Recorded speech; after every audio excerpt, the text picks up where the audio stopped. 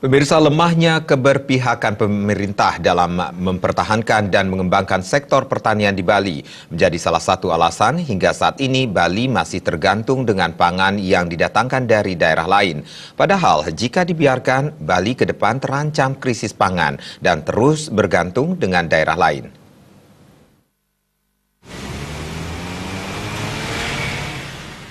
Sektor pariwisata kadangkala jadi kambing hitam ketidakberhasilan mempertahankan dan mengembangkan sektor pertanian di Bali. Padahal kedua sektor ini seharusnya berjalan beriringan dan saling mendukung jika pemerintah mampu mengambil kebijakan yang tepat dan bukti nyata dalam penerapan peraturan.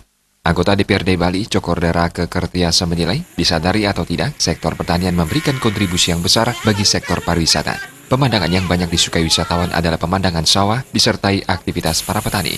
Dengan demikian, sektor pertanian itu harus diselamatkan. Perhatian ini bukan sekedar kebijakan, namun bukti nyata berupa dukungan bagi proses pengolahan tanah, pembibitan, pupuk dan obat-obatan, hingga proses panen dan pemasaran. Penguatan juga dapat dilakukan dengan perda subak dan menghindari terjadinya alih fungsi lahan sesuai dengan RT RWP daerah. Pajak yang tinggi terhadap lahan pertanian kadangkala menjadi alasan petani menjual tanahnya, sehingga kebijakan itu perlu diubah dengan memberikan keringanan pajak. Pariwisata yang ke Bali itu sebenarnya di Gianyar kan paling banyak potensi destinasinya. Memang di Kabupaten Badung itu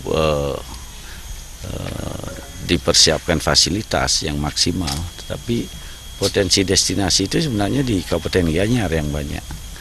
Dari tingkat persawahan, dari periangannya, dari bangkai forestnya, banyaklah hal-hal termasuk seni budaya handicraftnya, ya tari, musik dan sebagainya itu. Nah ini yang perlu dihidupkan kembali potensi-potensi di masyarakat adat Gianyar sesungguhnya untuk meningkatkan lagi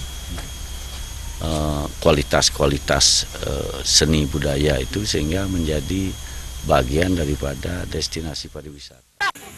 Wacana Bali menuju swadaya pangan tidak akan berhasil diwujudkan jika penguatan sektor pertanian hanya sebatas kebijakan.